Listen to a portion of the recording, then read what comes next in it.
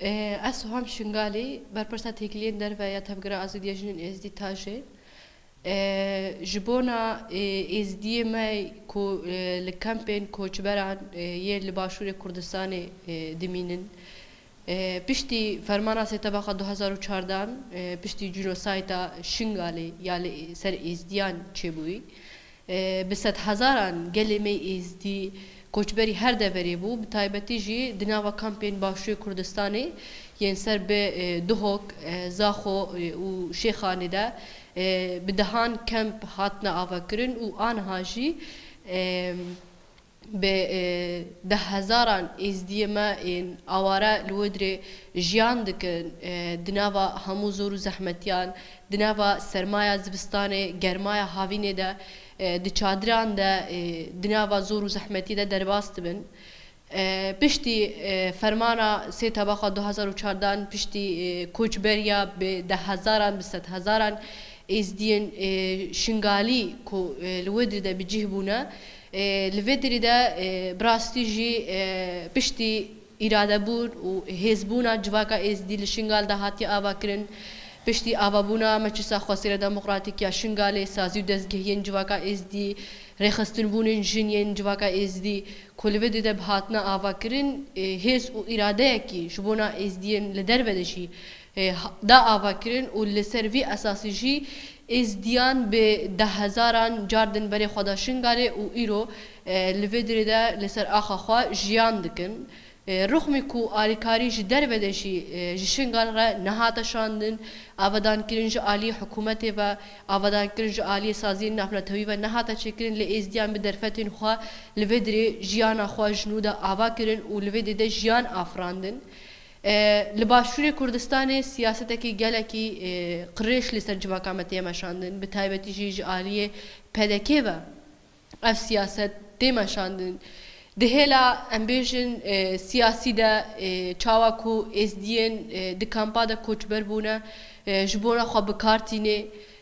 li ser vî esasî çawa ku alîkariyê ji aliyê dewletên derve de ji aliyê em bêjin milletê derve de ji bona êzdiyan tê rêkirin li we dirê hikûmeta PDK yê Başûrê Kurdistanê li we dirê de ji bona berjewendiyê xwe bikartîne û li we dirê êzdiyan ji bo siyaseta xwe ji bona berjewendiyên xwe yê ku di kampa de di awareyên kampa de jiyan dikin li we dirê de ji bona xwe bikartîne di vê derê de yanî bi rastî jî êdî dinya alem dibîne ku êzdî piştî fermanê dikarin vegerîne warê xwe, dikarin jiyana xwe jinû de ava bikin û dikarin li vê dirê de bi keda xwe bi xwîdana serê xwe çawa ku berê de ava kirbûn niha car din jinû de ava bikin. Êzdî di vî milî de ji xwe bawerin, dikarin jiyana xwe ava bikin, dikarin debara xwe bikin, çi çandinî dibe, çi pes xwedîkirin dibe, çi tevlî hêza heyî dibe. Di vî alî de dikarin em bêjin hêz û îradeya xwe ava bikin, jiyana xwe jinû de biafirînin. Lê li Başûrê Kurdistanê bi taybetî jî PDK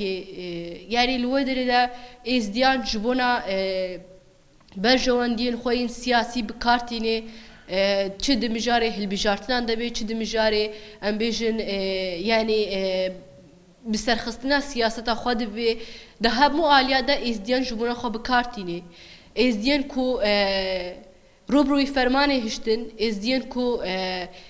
rûbirûyî çeteyên Daişê hiştin, di qetlîamê re derbas kirin, aniha di wê derê de bicih bûne. Bi rastî jî di wê derê de hikûmeta Başûrê Kurdistanê li ser êzdiyan gelek dext dike ji bona ku êzdî venegerîne cîwarê xwe.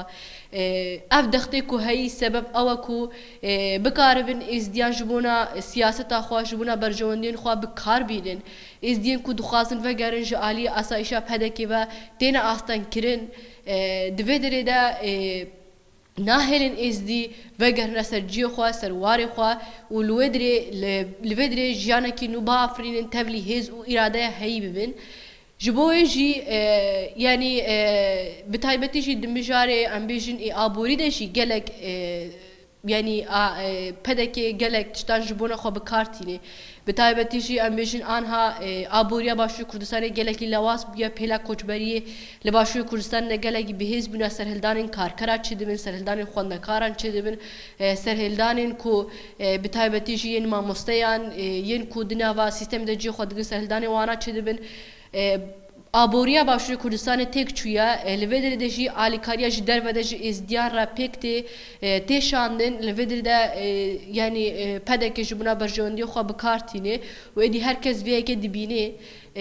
gelê me êzdî vegerine ser ciyê xwe ser warê xwe jiyana xwe ji nû de ava bikin ji nû de birêxistin bikin bi taybetî jî gotinekî pêşiyê me heye dibêjin çavê li deriya xwelî li seriya li vê derê de êzdî divê vegerine warê xwe yani bila hêzên ji derve de pedekê we ji bona berjewendiyê xwe nede şoxulandin we ji bona siyaseta xwe nede şoxulandin bila li ser ked û xwîdan û teaba we xwe nede jiyan kirin di vî alde bangewaziya me ji miletê êzdî ev e li xwe xwedî derkevin li îradeya xwe xwedî derkevin vegerin ser warê xwe li beramberî astengiyan muhawele bikin yani van astengiyan derbas bikin bangewazî bikin xwepêşandan bikin û li vî alî de vegerine ser ciyê xwe ser warê xwe